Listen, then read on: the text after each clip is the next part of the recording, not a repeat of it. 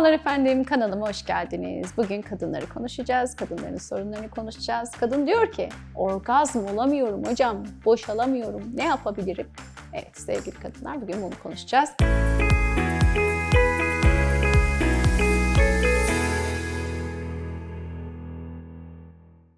Cinsellik 5 evreden oluşur. Bunun 4. evresi penis-vajina birlikteliği evresiydi, plata evresi. İşte bu penis-vajina birlikteliği sırasında orgazma ulaşamamayı bazı kadınlar boşalamıyoruz diye tarif ediyorlar. Aslında bu erkeklerle ilgili bir terminoloji. Erkekler boşalır, kadınlar orgazm olur. Çünkü erkek boşalma kelimesini kullanır, kadınların da orgazm kelimesini kullanması lazım. Ama toplumsal terminoloji bazen karışabilir. Kadınlar bu şekilde soruyorlar. Aslında bu tabiri kullanıyorlar. Cevaba gelelim, çok uzattık. Cinsel birliktelik sırasında kadın orgazm olamıyorsa bunun birçok sebebi var. Sebepleri bilirsek çözümü de buluruz. Birincisi, partnerlerinin gözünün içine bakar kadın. Onunla göz teması kurar, partnerlerine odaklanmalarını sağlar. İşte bu kadının orgazmını kolaylaştırır. Beyler, bu noktada kadınlara destek olabilirsiniz. Sevgili kadınlar, partnerlerinizin gözlerine bakın. İkincisi, kadın gözünü kapatır. Cinsel fantazisini kurar, o fantaziye kendini sokar, içindeki senaryoda kendini yaşar, kendini kaybeder. İşte bu şekilde orgazm olur ve ritim, hız kontrolünün kadında olması gerekiyor. Üçüncü bir yöntem söyleyeceğim size. Kadının aynada kendi görüntülerine, çiftin görüntülerine bakarak, o görüntüye odaklanarak orgazm olması kolay olur. Kadın bu üçünden birini yapmadığında ne oluyor? Kadının gözü açık olduğunda, biliyorsunuz sevgili kadınların dikkati çok dağınıktır. Konsantrasyonu cinsel anlamda da cinsellik sırasında çok dağılabilir. Perdenin eğriliğine takılır, odanın ışığına takılır. İşte zihin konuştuğu zaman da orgazm olması zor olabilir. Kadının orgazm olabilmesi için teslim olması gerekiyor.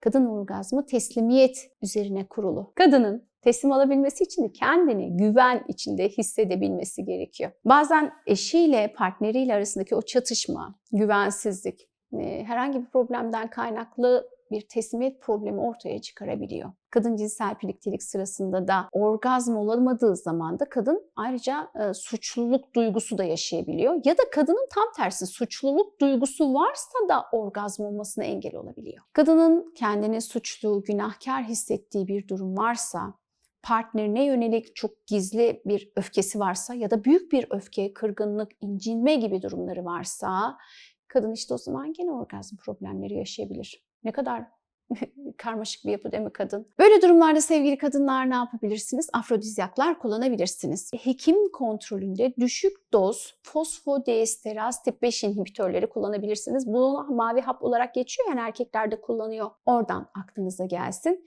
Size bir diğer önerim ise cinsel ilişki sırasında mastürbasyon yapın. Buna köprü tekniği diyoruz. Cinsel birliktelik sırasında, penis-vajina birlikteliği sırasında elle veya vibratörle klitorise uyarı verin. İşte bu yöntemler orgazm olmanız noktasında size yardımcı olacak. Ama tüm bunlara rağmen çözemedin. O zaman bir cinsel tıp uzmanından, cinsel terapistten destek almanda yarar var. Orgazm taklidi yapıp partnerine bu sorunu hissettirmediğin noktada partnerin de basit birkaç tekniği değiştirebilecekken değiştirmediğinde orgazm sorunları giderek hayatında büyük rol oynayacak. Cinsellik senin o zaman işte keyif almadığın bir süreç haline dönecek. Sonra bana gelen danışanlar gibi 22 yıllık evliyim, hayatım boyunca eşime rol yaptım, ben orgazm olamıyorum. Hocam çözüm, eşine bahsedeceksin ve bu noktada eşin de bizimle beraber sana destek olacak dediğimiz noktada hocam ben bunu kocama nasıl söyleyeceğim diyor. Yahu 20 yıl önce söylemen gerekiyordu, bunu niye 20 yıldır sakladın? Sevgili kadınlar, kendi orgazmınızın sorumluluğunu alın. Bu noktada da eşinizden destek alın. Orgazm olmayı bir kere öğrendikten sonra bu yeteneğinizi kaybetmeniz mümkün değil. Orgazm olmayı öğrenmek de aslında çok da zor değil. Sadece kendi bedeninizin ve erojen bölgelerinin keşfine önem verin. Kendinize dokunmaktan, kendinize aynayla bakmaktan, kendi dişiliğinizi ön plana çıkarmaktan korkmayın. Sevgili hanımlar, bu küçük tüyoları lütfen uygulayın. Gözünüzü kapatın ya da partnerinizin gözüne odaklanın. Fantazinizi kurun.